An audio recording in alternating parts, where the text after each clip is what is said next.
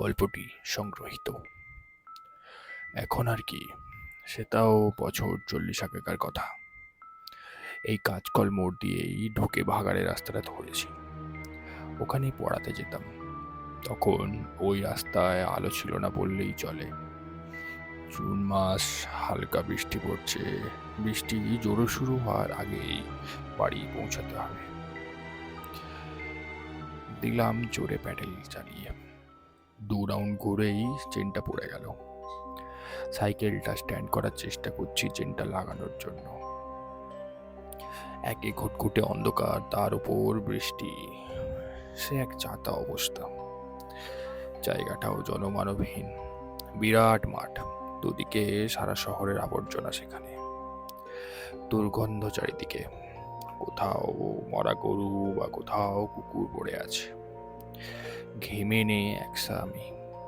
এমন সময় হঠাৎ ত্রাতা হয়ে এলো একটি বছর 15-র কিশোর।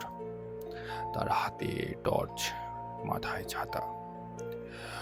ওই অন্ধকারে আমাকে দেখে বলল, স্যার কি করছেন এখানে? গলাটা যেন কেমন লাগলো।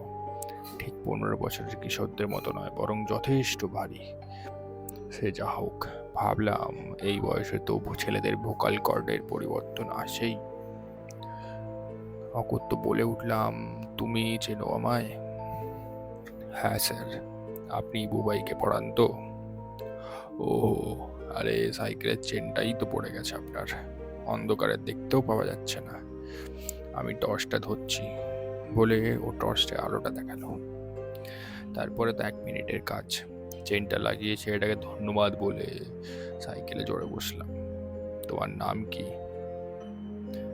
উত্তর এলো, তুতুন। ছাত্রকে পড়াচ্ছি। মোটামুটি পড়ানোর শেষ করে এসেছি। ছাত্রের মা দরজাটা ঠেলে ঘরে এলেন। সচরাচর উনি আসেন না পড়ানোর সময়। শুধু ছাত্রের নামে কোনো কমপ্লেন করতে হলেই আসেন। তাই মনে মনে ভাবছি, কি কমপ্লেন করবে আজ আবার? সেই বুঝে তো আবার ছাত্রকে বকাঝকাও করতে হবে। স্যার, বুবাইকে বলে দিন যেন ও পাড়ার ছেলেদের সঙ্গে যেখানে সেখানে করতে না যায়। আমি সারাদিন সংসারের কাজ করি, এই এটা ওটা নিয়ে ব্যস্ত থাকি। আমার পক্ষে সবসময় সম্ভব না সারাক্ষণ চোখে চোখে রাখা। আমি কটমট দৃষ্টিতে ছাত্রের দিকে তাকালাম। যতটা পারা যায় ভয়াবহ গলায় ছাত্রকে জিজ্ঞেস করলাম, কিরে, কোথায় গেছিলি? আমি কোথাও যাইনি স্যার, সত্যি বলছি। আমি তো স্কুল থেকে এসে মাঠে গেছিলাম, যেমন রোজ যাই। পেছন থেকে মা বললেন, আজকে যাওনি, কিন্তু যাও তো পাড়ার বন্ধুদের সঙ্গেই, বাড়িতে না বলে। ছাত্রের মাথা নিচু। আমিও ঠিক বুঝতে পারছি না কোন লাইনে বকাটা দেব। বেচারা আজ তো কোনো অন্যায়ই করেনি, বকার জায়গাটাই পাচ্ছি না। সে এক বিদিকিচ্ছিরি অবস্থা।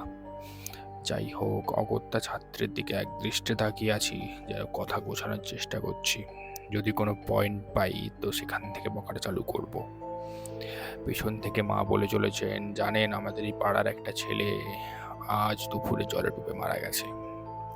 গেছিল বন্ধুদের সঙ্গে, ওর মাও জানতো না। কি অবস্থা পাড়ায়! পুলিশ এসে কয়েকজনকে তুলে নিয়ে গেছে। বুবাইটাও কোনো কারো কথা শোনে না। তুতুনদা তো সাঁতার জানতো না, গেল কেন তাহলে? আমি তো জাস্ট একটা হোঁচট খেলাম। ছাত্র আর ছাত্রের মা ততক্ষণে আর্গুমেন্টের পাল্টা আর্গুমেন্ট চালাচ্ছে। আমার মাথায় কিছু ঢুকছে না। আমি হাতে পায়ে যেন জোর পাচ্ছি না। মাথায় একটাই নাম ঘুরছে, তুতুন।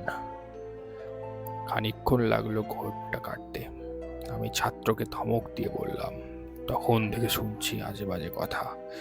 মা কেন বলছে সেটা বুঝতে পারছো না? আর আমি কোনোদিন যেন না শুনি বাড়িতে না বলে কোথাও গেছো। ফেরার পথে কতবার যে রাম নাম করেছি, পাত্তা নেই তার। সমাপ্ত।